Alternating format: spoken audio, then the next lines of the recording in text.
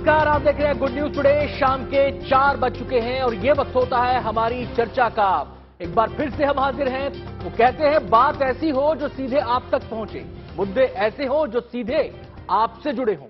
इसी कोशिश के साथ मैं अनंत भट्ट हाजिर हूं। अक्सर खबरों के शोर में हमारे आपके काम की बातें पीछे छूट जाती हैं, कुछ बदलने की हमारी कोशिशें अधूरी रह जाती हैं। तो नए अंदाज में कुछ कहने, कुछ सुनने, बहुत कुछ समझने की कोशिश करेंगे। इस शो में बात ऐसी होगी कि आप भी कहेंगे ये हुई ना बात।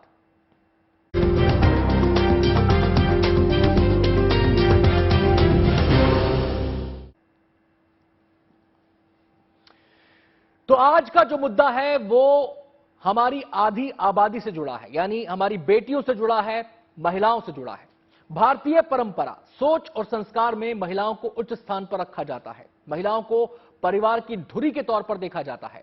प्राचीन काल में संतानों की पहचान तो मां से ही होती थी, लेकिन इस भारत में सोच और सामाजिक व्यवहार में अंतर भी दिखता है, विरोधाभास भी दिखता है, रूढ़ियों की बेड़ियां भी दिखती हैं और उन बेड़ियों को तोड़ने और कुरीतियों के खिलाफ आवाज उठाने का हौसला भी दिखता है। ये कोशिशें हमारे समाज में नई लकीर खींच रही हैं, नई सोच के साथ नया आकाश तैयार करने के प्रयास हो रहे हैं। तो बात आज ऐसी ही कोशिशों की होगी, उन चुनौतियों की होगी जिन पर पार पाना है, उन चुनौतियों पर जीत हासिल करने का रास्ता क्या है। खास मेहमानों के साथ इन तमाम पहलुओं पर आज हम विस्तार से चर्चा करेंगे। लेकिन चर्चा की शुरुआत करें उससे पहले ये रिपोर्ट आपको दिखाते हैं।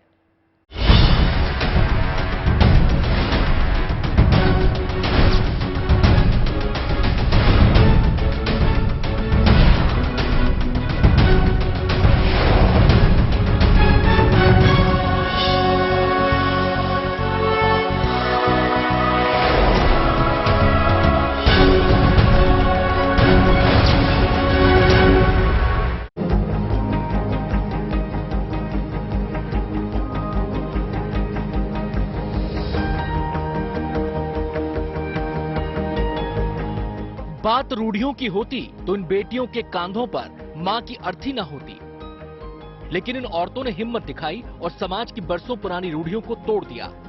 मां सांधो देवी की मौत के बाद इन बेटियों ने न केवल मां की अर्थी को शमशान तक पहुंचाया, बल्कि गिरिडीह की इन बेटियों ने मां का अंतिम संस्कार भी किया।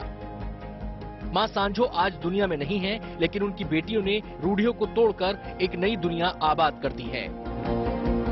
सोचे कि अब कौन आएगा, इसका पेट का पैदाशी यही लोग 4 गो है, यही लोग 4 आदमी पेट का जन्मल है। हम लोग तो जन्मल है नहीं, हम लोग दूसरा जगह का है, यही लोग उठाएगा, यही लोग ले जाएगा। बोले ठीक है, 3 लोग तैयार हुआ, चलिए हम ले जाते हैं, हम लोग चलिए, ये तो बात है। बात दूर की नहीं है, अभी पिछले साल ही ओडिशा में मां को कांधा देते हुए इन बेटियों को देख लोगों की आंखें भीग गई थी। मां के अंतिम संस्कार के लिए बेटों ने मुंह फेरा तो पुरी की रहने वाली 4 बेटियां मां को अंतिम विदाई देने आ गईं। मां की अर्थी को 4 किलोमीटर तक उन्होंने इसी तरह कांधा दिया और शमशान में मां के अंतिम संस्कार के विधि विधान को पूरा किया। परंपराओं और मान्यताओं से इतर सीकर की इस बेटी ने जब पिछले साल अपने फौजी पिता की अर्थी को कांधा दिया तो वहां मौजूद हर कोई भावुक हो गया। जिस बेटी को पिता ने बड़े लाड़ से पाला था, वो बेटी भी पिता के अंतिम संस्कार में शामिल हुई। यहाँ रूढ़ी को तोड़ने में परिवार ने भी अहम भूमिका निभाई और बेटों के साथ बेटी को भी अंत्येष्टि संस्कार में शामिल किया।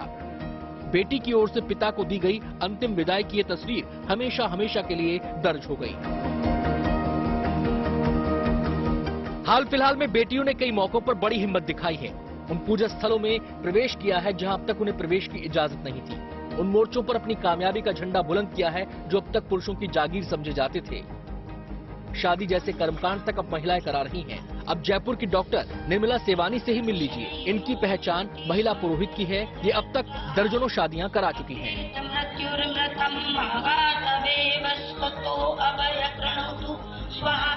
बात केवल बेटियों की धर्मराह की नहीं, कर्मराह पर भी बेटियों ने सफलता की नई कहानियां लिखी हैं। सुरेखा यादव से ही मिल लीजिए, एशिया की पहली महिला लोको पायलट होने का तमगा अब सुरेखा के नाम है।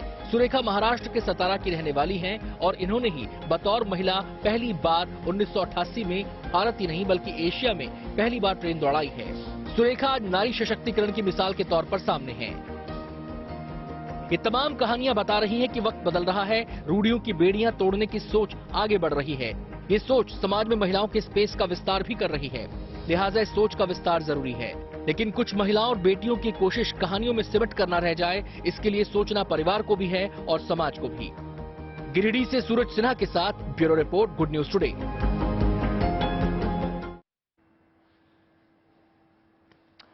तो रूढ़ियों पर हो रहा है प्रहार, क्योंकि जीतना है संसार। इसी बात को केंद्र में रखते हुए अपनी चर्चा को हम आगे बढ़ाएंगे। सबसे पहले हम अपने मेहमानों से आपका परिचय करवा देते हैं। हमारे साथ स्टूडियो में दो मेहमान मौजूद हैं। हमारे साथ रुक्मणी जी मौजूद हैं, जो कि लॉयर हैं, एक्टिविस्ट हैं। बहुत बहुत स्वागत है रुक्मणी जी आपका। हमारे साथ पंडित संजय शर्मा जी मौजूद हैं, धर्माचार्य। बहुत बहुत स्वागत है पंडित जी आपका भी। इसके अलावा हमारे साथ ताहिरा हसन, विमेन एक्टिविस्ट, इस चर्चा में शामिल रहेंगी। ताहिरा जी बहुत बहुत स्वागत है आपका। और वरिष्ठ वकील आभा सिंह जी भी हमारे साथ इस चर्चा में शामिल हैं। बहुत बहुत स्वागत है आभा जी आपका भी। तो बात चाहे धर्म क्षेत्र की हो, बात चाहे कर्म क्षेत्र की हो, बात चाहे समाज की हो, तमाम लकीरें महिलाओं के आगे खींची रहती हैं। और अब महिलाएं खुद नई लकीर खींचने के लिए झंडा बुलंद कर चुकी हैं। हौसला लगातार वो दिखा रही हैं, क्योंकि बात उन बेटियों से शुरू हुई है जिन्होंने अपनी मां की अर्थी को कांधा दिया। जिक्र उन बेटियों का आया है जिन्होंने अपनी पिता की अर्थी को कांधा दिया। बात उन महिलाओं की हुई है जिन्होंने धर्म क्षेत्र के अंदर अपनी मौजूदगी को पूरी मजबूती के साथ रखा है। तो मैं शुरुआत पंडित संजय शर्मा जी से ही करना चाहूंगा। पंडित जी, हमारे जो धर्मशास्त्र हैं उन्हें लिंग निरपेक्ष कहा जाता है, चाहे वो हमारे वेद हों या फिर अन्य धर्मशास्त्र हों, वहां पर लिंग भेद नहीं दिखाई देता। जब बात संस्कार की आती है, अंतिम संस्कार की आती है, तो भागवत में जो वर्णन किया गया है वो कर्ता के रूप में अंतिम संस्कार करने वाले का किया गया है। वहां पर पुत्र पुत्री की बात नहीं है, क्योंकि वहां पर कहा गया है कि जो श्राद्ध से त्राण करे पिता का, वो पुत्र कहलाता है, यानी कि कर्ता का भाव वहां पर है। तो फिर समय के साथ साथ कालांतर में ये क्षेत्र जो है पुरुषों तक कैसे सीमित होता चला गया? देखो, शास्त्र विधि में सबसे पहले भागवत जो शब्द है, भूमि, गगन, वायु, अग्नि और नीर, जो भक्ति और प्रेम और त्याग जो सिखाए उसे हम भागवत कहते हैं। और जो भी हमारे शास्त्र हैं, चाहे भागवत है, चाहे गीता है, चाहे पुराण है, सबके अंदर कहीं ना कहीं जो है जातक और जाति का शब्द का जो है इस्तेमाल किया जाता है। वैदिक दृष्टि से देखें तो जातक कहा जाता है, और धीरे धीरे लोगों ने अपने हिसाब से जो है शब्दों का जो है संस्कृत से जो है जो वेदों की वाणी है उसको अपने आप धीरे धीरे बदलना शुरू कर दिया शास्त्रों को, और अनेक प्रकार के अर्थ जो है निकालना शुरू कर दिया। और शास्त्रों में नर और नारायण, नीर से जो है नर बना है, और नर पक्ष में भगवान ने, ब्रह्मा ने जो है दो हिस्से कर दिए, उससे स्त्री और पुरुष नर और नारायण बने हैं। तो सृष्टिकर्ता ने जो है नर और नारायण बनाया। कहीं पे भी कोई भी ऐसा उल्लेख नहीं है कि स्त्री जो है दाह संस्कार नहीं कर सकती या स्त्री ये कार्य नहीं कर सकती। जो जननी है, जो जन्म देने वाली है, जो शारदा है, वो क्या है सारी चीजें कर सकती हैं। जो गर्भ के अंदर 9 महीने तक बच्चे को पालती है, वो जो माँ है, जो जननी है, सबको जन्म देती है। पुरुष है उसको भी जन्म देती है।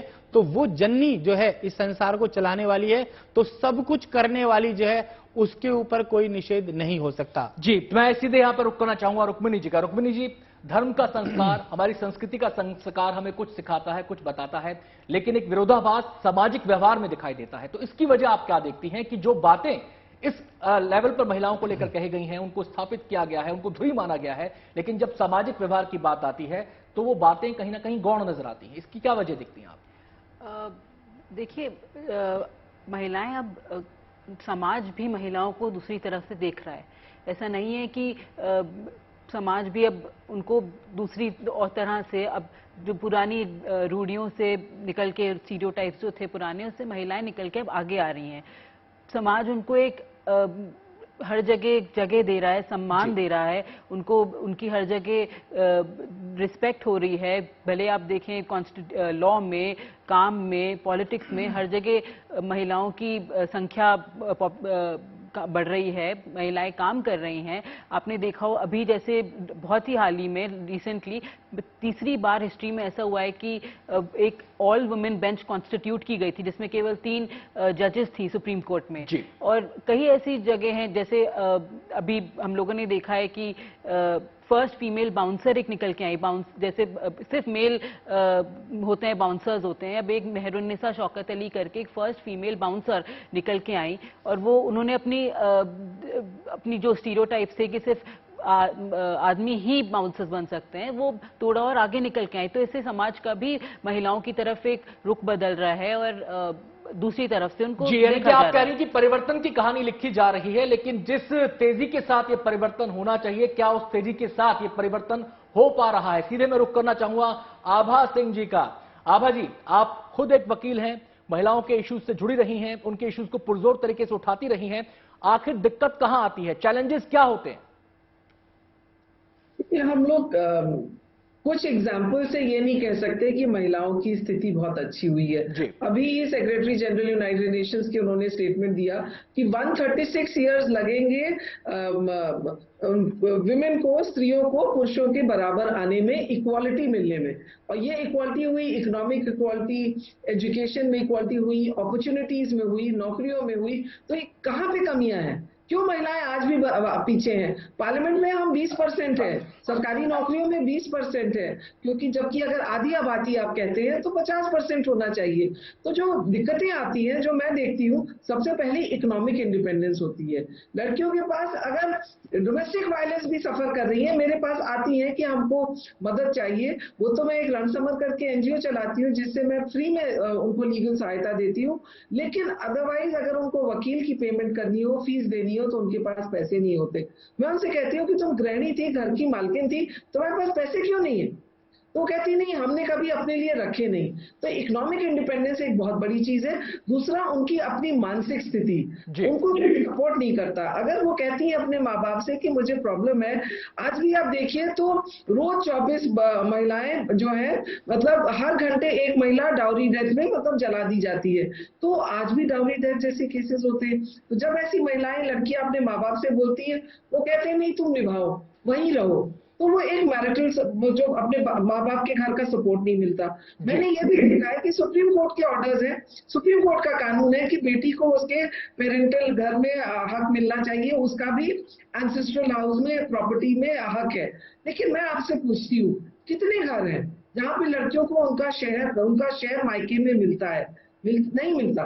कहा जाएगा तुम लालची हो, तुम्हारा हस्बैंड लालची है, सामाजिक उस पर ऐसे प्रेशर डाले जाएंगे कि वो अपना हक ना ले। तो सुप्रीम कोर्ट के ऑर्डर के बाद भी महिलाएं आगे नहीं आती, जो आती है उनको बहुत दिक्कतों का सामना करना पड़ता है। तो मेरा कहना है कि आज भी जो है आधी आबादी अपने अधिकार के लिए लड़ रही है। चंद एग्जाम्पल से हम खुश हो सकते हैं, लेकिन हम बैठ नहीं सकते। योगिता जी का मैं यहाँ पे रुख करना चाहूंगा। योगिता जी, कुछ कहानियां हमारे सामने आती हैं जहां हम देखते हैं कि धर्म से जुड़ी जो रूढ़ियां हैं उन्हें तोड़ा जा रहा है, कर्म से जुड़ी जो रूढ़ियां उन्हें तोड़ा जा रहा है, समाज से जुड़ी जो रूढ़ियां उन्हें तोड़ा जा रहा है, उनको उनके लिए उन मामलों में नई लकीर महिलाएं खींच रही हैं।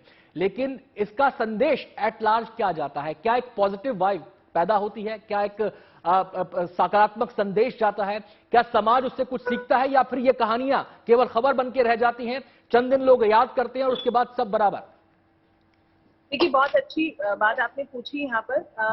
ये एक्चुअल में वो सही चीज है जो वापस आप बैक टू बेसिक्स ला रहे हैं, क्योंकि अननेचुरल चीज तो ये है कि उन्हें ये सब जो चाहे वो दाह संस्कार की बात हो या अंतिम क्रिया हो या अर्थी उठाने की बात हो, ये इतना हमारे समाज में इतना रूढ़िवादी सोच है कि वो जो चीज नेचुरल थी, जो पुराने दिनों में उल्टा हम ज्यादा एडवांस थे, मुझे लगता है प्राचीन काल में जब महिलाओं को पूरा अधिकार था, उल्टा धीरे धीरे ये चीजें खराब और बद से बदतर होती गई। तो अब जाकर वो फिर से हो रहा है। तो I think this is natural और वो होना ही था। I think it's a revolution which had to come, but जैसा कि आबा जी ने बोला, it will take another 300 years to get that parity. तो कहीं ना कहीं ये चीज नेचुरल है, उसमें पॉजिटिव होने की तो बात ही है, क्योंकि वो ही सच है। We all are equal and उसमें बोलने की भी जरूरत नहीं है।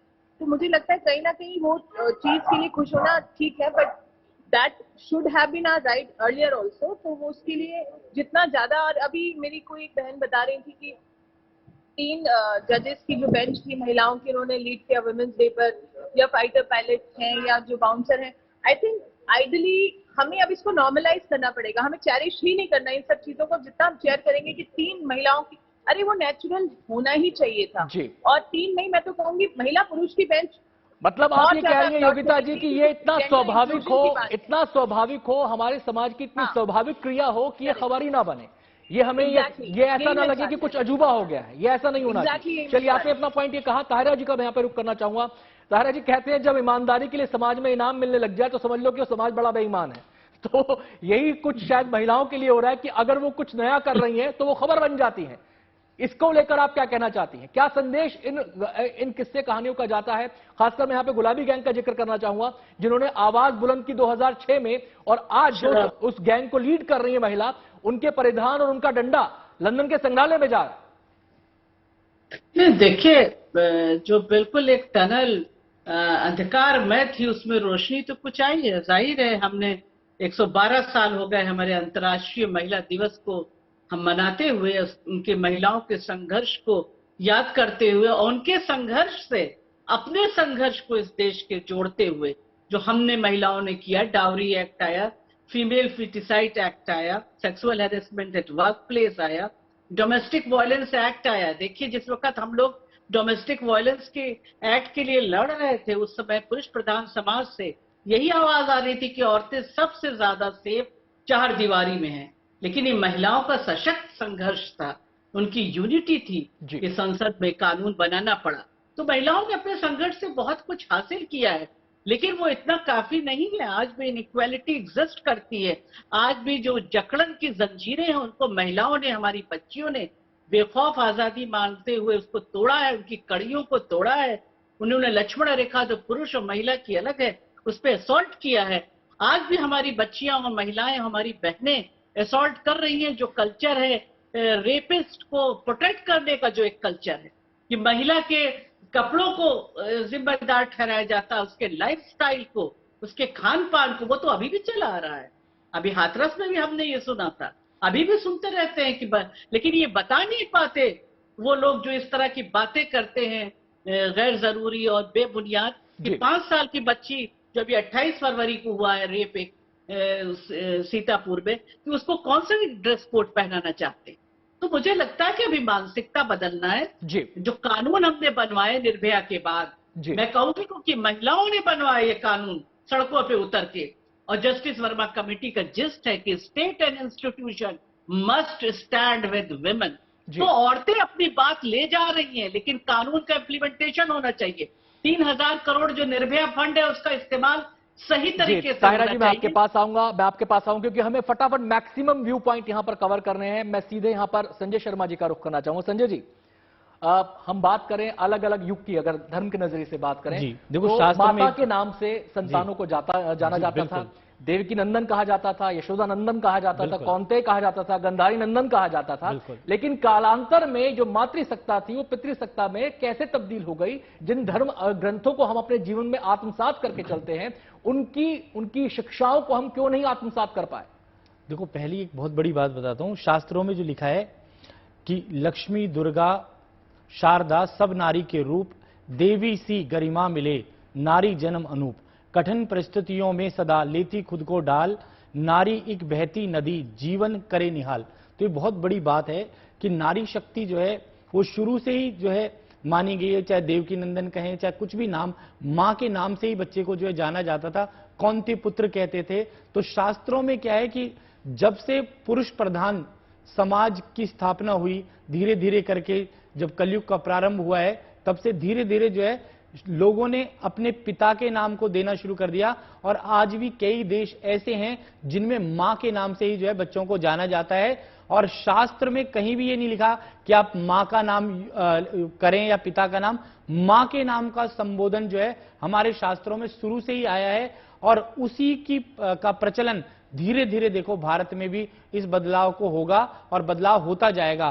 क्योंकि पिता लिखा जाता है तो वहां माता पिता दोनों का नाम आजकल आना शुरू हो गया है। क्योंकि कई बार कई लोग सिंगल पेरेंट्स होते हैं तो उनके नाम के आगे भी माता पिता मां का नाम लिखा जाता है, परंतु समाज के अंदर जो है माता और पिता दोनों का नाम आना मेरे हिसाब से अनिवार्य है। कि सिर्फ आप देखें 10वीं की डिग्री पे, 12वीं की डिग्री पे तो पिता का ही नाम आता है। तो ये परिवर्तन भी बहुत जरूरी है कि आप शास्त्रों की बात करें, चाहे एक सामाजिक बात करें, सब जगह परिवर्तन की जरूरत है। जब तक राष्ट्र में परिवर्तन नहीं होगा, संशोधन नहीं होंगे, तब तक हमारा राष्ट्र आगे वही पुरुष प्रधान ही रहेगा और स्त्री प्रधान होने में बहुत मुश्किलें आएंगी। मैं आभा जी का यहाँ पे रुक करना चाहूंगा। आभा जी, आप धर्म के नजरिए से संजय जी हमें बात बता रहे हैं, हम आपसे कैसे कानून के नजरिए से समझना चाहते हैं। हमारा संविधान है, इक्वालिटी का अधिकार देता है, महिला पुरुष में कोई भेद नहीं करता, समान अधिकार है, समानता का अधिकार है। इसके अलावा बहुत सारे ऐसे कानून बनाए गए जहां उनके हक हकूक को सुरक्षित रखने की कोशिश की गई, लेकिन उसके बावजूद जमीन पर चीजें बदलती हुई दिखाई क्यों नहीं देती हैं? इसकी क्या बड़ी वजह आप देखती हैं?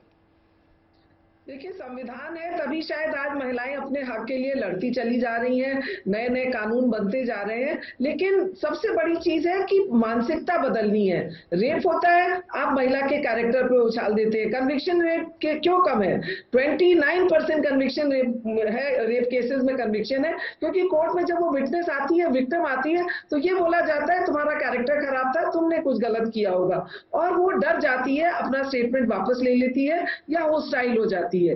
तो आप ये देखिए कि जमीनी जो है स्टॉकिंग, आप देखिए एसिड अटैक केसेस देखिए, 700% केसेस बढ़े हैं ऑनर किलिंग और एसिड अटैक के। क्यों होता है एसिड अटैक? क्यों होता है कि तुम्हारे को अपनी खूबसूरती का गुमान है, तुम्हारे ऊपर हम एसिड फेंक देंगे। तो इस तरह महिलाओं को रोका जाता है। स्टॉकिंग 100% स्कूल के एडमिशंस होते हैं प्राइमरी लेवल पे, लेकिन सेकेंडरी पे आते हुए लड़कियां स्कूल छोड़ देती हैं क्योंकि उनको मनचले लड़के छेड़ते हैं, उनको जो है पीछे से उनको स्टॉक किया जाता है। तो ये एजुकेशन का हाल है कि वो सीनियर लेवल तक नहीं जाती। फिर पेरेंट्स, आज भी हम चाइल्ड रेस्ट्रेनिंग मैरिज की बात करते हैं कि 18 से कम पे लड़कियों की शादी ना हो, लेकिन आज भी 20 से 30% बच्चों की शादी कर दी जाती है क्योंकि वो प्रथा है। तो कहीं ना कहीं हमको एकजुट होना है। क्यों नहीं सरकार हमको रिजर्वेशन देती? 30% पार्लियामेंट में पिछले 25 साल से चल रहा है कि वुमेन को रिजर्वेशन दिया जाएगा, लेकिन नहीं हुआ क्योंकि हम एकजुट नहीं हो पाए हैं। हम एक वोट बैंक बन के नहीं उतरे हैं। आज हम वोटिंग कर रहे हैं, लेकिन जिस दिन महिलाएं वोट बैंक बन जाएंगी और कहेंगी अब तू अबला नारी नहीं, तू सबला है,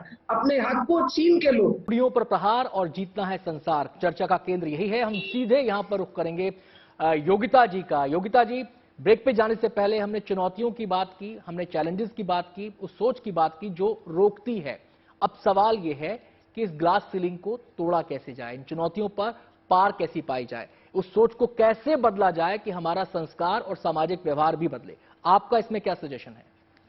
देखिए, ये तो इट्स अ प्रोसेस, और ये ओवरनाइट होने वाला कोई मैजिक वॉन्ड नहीं है कि हमने बोल दिया और ये हो जाएगा। इट्स अ कंटिन्यू प्रोसेस और उसमें सबके एफर्ट्स लगेंगे। आप जैसे चैनल्स जैसे डिस्कशन कर रहे हैं, सब अपनी बातें रख रहे हैं, सबने अपने सजेशंस दिए, regular awareness campaign. I think अगर चाहे तो सरकार और समाज मिलकर काफी कुछ बदल सकता है। और जैसा कि आभा जी ने भी बोला, पार्लियामेंट में भी रिजर्वेशन की मांग तब से हो रही है जब पॉलिसी मेकर्स आधी आबादी होगी तो काफी चीजें अपने आप बदल जाएंगी।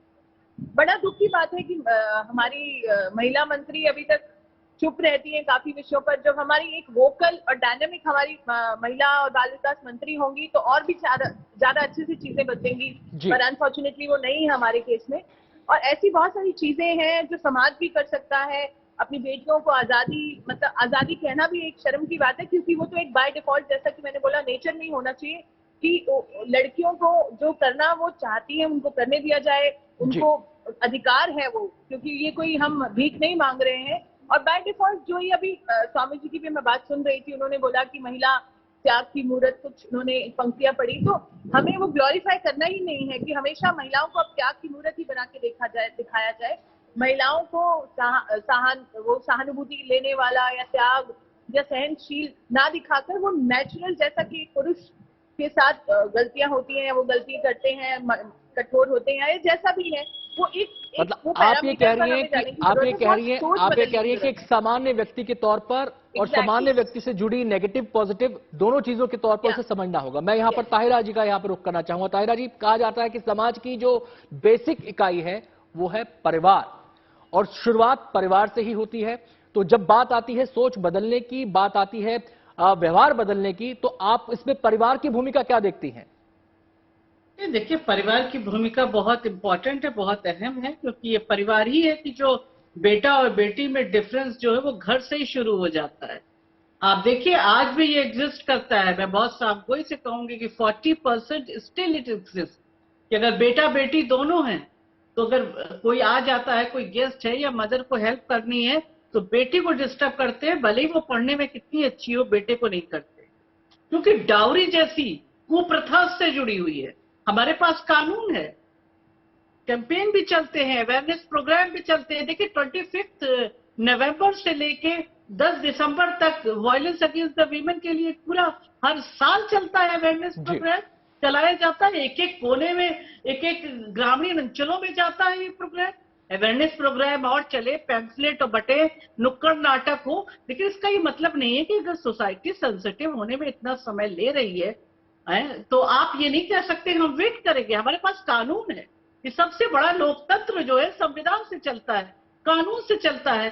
33% रिजर्वेशन आप दे नहीं रहे हैं, 33% रिजर्वेशन मिलना चाहिए, उसमें वोकल महिलाएं जाना चाहिए, जो महिलाओं की आवाज बने, जो महिलाओं को डिसीजन मेकिंग में लाए। देखिए कुछ चुनिंदा औरतें कहां कहां बैठ गई हैं, उससे आप नहीं कह सकते हैं कि औरतें जो है सब कुछ पा चुकी हैं। हर औरत का, जैसे बाबा साहब भीमराव अम्बेडकर ने कहा था कि समाज कितना सभ्य है, इससे पता चलता है कि वहां महिलाओं का स्टेटस क्या है, क्या वो डिसीजन मेकिंग में है, क्या उनका नॉलेज पे अधिकार है, क्या हेल्थ एजुकेशन पे है, अच्छी एजुकेशन पे हमारी महिलाओं का अधिकार है। रुक्मिणी जी, आपका क्या टेक है इस पर? ताहिरा जी ने अपनी बात रखी कि एक व्यापक, एक होलिस्टिक व्यू लेकर चलना पड़ेगा और कई स्तरों पर इस पर काम करना पड़ेगा, जिसमें हमारे राजनेता भी शामिल हैं, जिसमें हमारे लॉ मेकर्स भी शामिल हैं, जिसमें परिवार भी शामिल है, जिसमें सोशल एक्टिविस्ट भी शामिल हैं। आपका क्या टेक है, कैसे इस सोच को बदला जाए? देखिए, मुझे लगता है कि हमारे देश की महिलाएं बहुत स्ट्रांग हैं। जो बोलते हैं कि मुझे लगता है कि विश्व में सबसे ज़्यादा अगर स्ट्रांग महिला कहीं की है तो वो हिंदुस्तान की हैं, जो अपने परिवार का, सोसाइटी का, हर जगह का पूरी तरह से होलिस्टिकली ध्यान रखती हैं और आगे बढ़ती हैं। अपने परिवार को भी संभालती हैं, बाहर अपने काम को भी अच्छे से संभालती हैं। और इसमें अगर बदलाव लाएंगी तो महिलाएं ही लाएंगी, कॉन्स्टिट्यूशनली, लीगली, पॉलिटिकली, सोसाइटी के थ्रू। पूरी तरह से हम लोगों को एकजुट होकर काम करना पड़ेगा। और ये बात जो जैसे अभी कही योगिता जी ने कि नॉर्मलाइज करना पड़ेगा, नॉर्मलाइज महिलाएं ही करेंगी और ऐसी न्यूज ही करेंगी जो दूसरी महिलाओं को इंस्पायर करती है बाहर निकल के आगे आने में, बाहर निकल के कुछ करने के लिए। वो देखेंगे, उनको प्रेरणा मिलेगी कि इस महिला ने ऐसे किया है तो हम भी आज ऐसे कर सकते हैं। तो ये न्यूज मुझे लगता है ज्यादा से ज्यादा महिलाओं के बारे में जितनी हो, हम ऐसी और डिबेट जितनी कर सकें, जितनी महिलाओं को और प्रेरणा दे सकें और अच्छा होगा। अभी जैसे एक बात कही कि सिंगल पेरेंट हैं तो उसमें फादर का नाम हर जगह होता है, स्पाउस का नाम होता है। एक लंबे समय तक फॉर्म्स में केवल पिता का ही नाम होता है। उसके बाद फिर बदलाव किया गया, मदर्स नेम नहीं होता है। मदर्स नेम जरूरी, बहुत जरूरी है होना। क्यों नहीं होना चाहिए मदर्स नेम? चलिए संजय जी, एक धर्माचार्य होने के नाते आप क्या सजेस्ट करना चाहेंगे? समय मेरे पास केवल 2 मिनट है, मुझे आभा जी के पास भी जाना है। मैं ये कहना चाहता हूं कि देखो, जड़ से लेकर के चेतन तक सारी चीजों को बदलने की जरूरत है। और देश के अंदर जब भी बदलाव आएगा, महिलाएं जब भी सशक्त होंगी, जब उनकी एजुकेशन की जो शिक्षा जो है वो बिल्कुल फ्री कर दी जाए और हर बच्चे को, जो गांव में रहता है, देहात में रहता है, शहर में रहता है, कहीं भी रहता है, उसके मन को बदला जाए, परिवार की स्थिति को बदला जाए और उसको पूरे मौके दिए जाएं हर जगह पर के कि वे पढ़ाई लिखाई वो कर सके। और एजुकेशन जो बिल्कुल फ्री होनी चाहिए। और आज देखें कॉन्वेंट स्कूल में जो बच्चे जाते हैं और गवर्नमेंट स्कूल में जाते हैं, आप देखें उनमें फर्क है और उनका मॉडर्नाइजेशन बहुत आराम से हो जाता है। पर जो गवर्नमेंट स्कूल में पढ़ रहे हैं या को एजुकेशन अभी भी कई जगह पे नहीं है, को एजुकेशन भी बहुत जरूरी है। उससे लड़कियों को और लड़कों को दोनों को एक जैसी सोच मिलेगी। ये बदलाव बहुत जरूरी है। मिलेगा। शुरुआत की आप ये कहना चाह रहे हैं। चलिए मैं आभा सिंह जी का रुख कर लेता हूं। आभा जी, कानून बहुत सारे हैं, संविधान अपने आप में एक संपूर्णता के साथ मौजूद है रक्षा करने के लिए, लेकिन क्या आपको लगता है कि कुछ लूप होल्स है जिनको और लीगल फ्रेमवर्क के जरिए भरा जा सकता है और इस मुहिम को और मजबूती के साथ आगे बढ़ाया जा सकता है?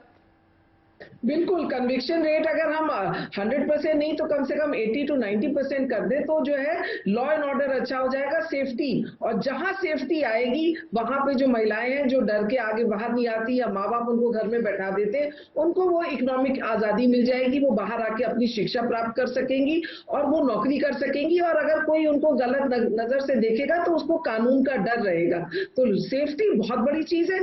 एजुकेशन और सेफ्टी, इन दो मायने को मैं सबसे सबसे ऊपर रखती हूँ। अगर आपको महिलाओं को बराबरी देनी है, आगे लाना है, और सबसे ऊपर माँ बाप का हाथ उनके साथ, उनके सिर पे बना रहे। अगर वो माँ बाप उनके साथ खड़े हैं तो मैं आज आपसे कहती हूँ डोमेस्टिक वायलेंस खत्म हो जाएगा, लड़कियों के साथ जो अन्याय है वो खत्म हो जाएगा, और जो पति उनको साथ बदतमीजी करते हैं वो जान जाएंगे कि अगर इन बेटियों के साथ इनके माता पिता खड़े हैं तो वो उनको इस तरह से नहीं रख सकते। बहुत बहुत शुक्रिया आभा जी, और तमाम मेहमानों का बहुत बहुत शुक्रिया हमारे साथ इस मुद्दे पर चर्चा करने के लिए, जुड़ने के लिए। तो रहा मुश्किल है, चुनौती बड़ी है, लेकिन इरादा भी बुलंद है और सोच ये है कि बदलना है तो बदलना है और इस बदलाव की मुहिम के साथ आगे बढ़ना है। तमाम मेहमानों का बहुत बहुत शुक्रिया।